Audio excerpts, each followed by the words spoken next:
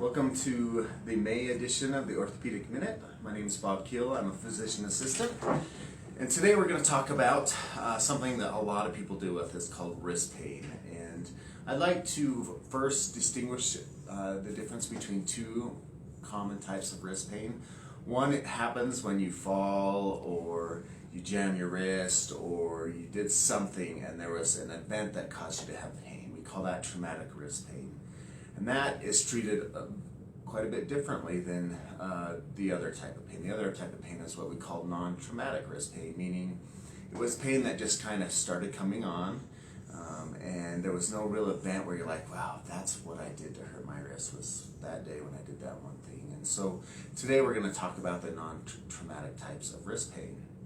And so a lot of people will come into the clinic and they'll tell me they have pain in the wrist, and sometimes it radiates up their arms. A lot of times it goes down into their fingers, and their fingers are losing a little bit of sensation.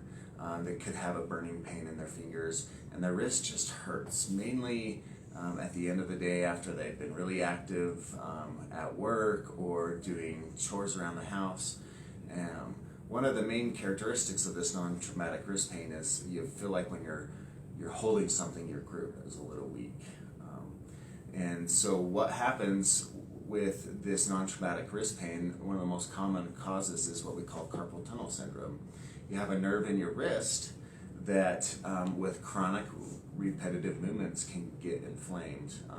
It is in what we call the carpal tunnel, and if you can imagine like a pipe or a tunnel, if there's a nerve going through there and it gets inflamed and it gets too big for that space, it can compress and it can make it feel very uncomfortable. And so what we do is, the way we diagnose this is in clinic we can do some exam findings, which can be very classic for the findings of carpal tunnel.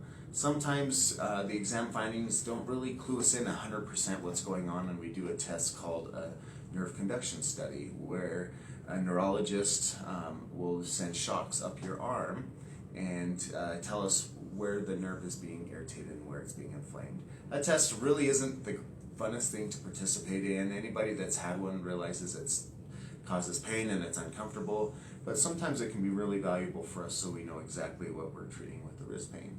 After we get it diagnosed, what we try to do is first try to calm the nerve down. So we do things aimed at reducing the inflammation that's caused through your everyday life. It could be changing a little bit the way your workstation is at work with your computer and your keyboard. It could be wearing a splint while you're doing a repetitive action at work. One of the most common things that helps the most is when you sleep, actually wearing a wrist splint, and it keeps you from bending your wrist when you sleep, and that will calm the nerve down as well. If that doesn't work, we can try things like injections, like a steroid injection.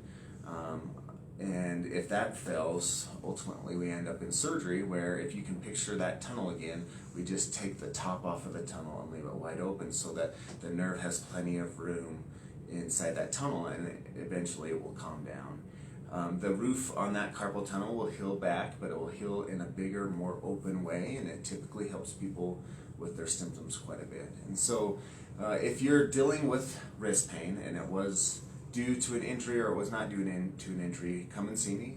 We can get this figured out and we can get you feeling better. Most people, after we do some form of treatment with wrist pain, can feel better within a couple of weeks to a couple of months. So don't torture yourself and don't be in pain for too long. Come in and let us take care of you.